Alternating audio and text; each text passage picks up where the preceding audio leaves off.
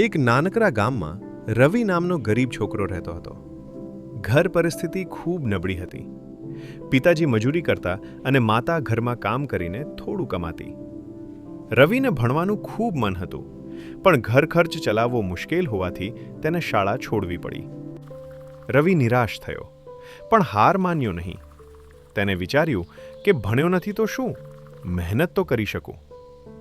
સવારે વહેલી ઉઠીને તે ચા સ્ટોલ પર કામ કરતો, બપોરે બજારમાં માલ ઉઠાવતો અને સાંજે સાયકલ રિપેરની દુકાને મદદ કરતો.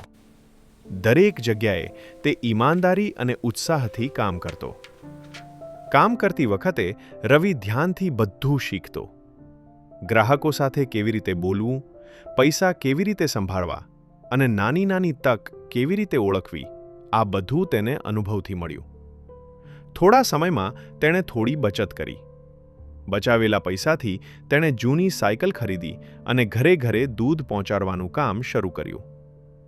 તેની સેવા સારો અને સમયસર હોવાથી લોકો ખુશ રહેતા. ધીમે ધીમે તેની ઓળખ વધી. પછી તેણે 2 સાયકલ કરી, પછી 4. થોડા વર્ષોમાં તેણે નાનું દૂધ વિતરણ કેન્દ્ર ખોલ્યું. મહેનત, સચ્ચાઈ અને સમજદારીથી કામ કરતા તેનો વ્યવસાય વધતો ગયો. એક દિવસ એ જ ગામમાં લોકો આશ્ચર્યથી વાત કરતા હતા, રવિ તો હવે ધનવાન બન્યો. પરંતુ રવિને ગર્વ નહોતો. તેને પોતાના માતા પિતાને સારો ઘર આપ્યો અને ગામના ગરીબ બાળકો માટે નાની લાઇબ્રેરી અને શિષ્યવૃત્તિ શરૂ કરી. રવિની વાર્તા ગામના યુવાનો માટે પ્રેરણા બની.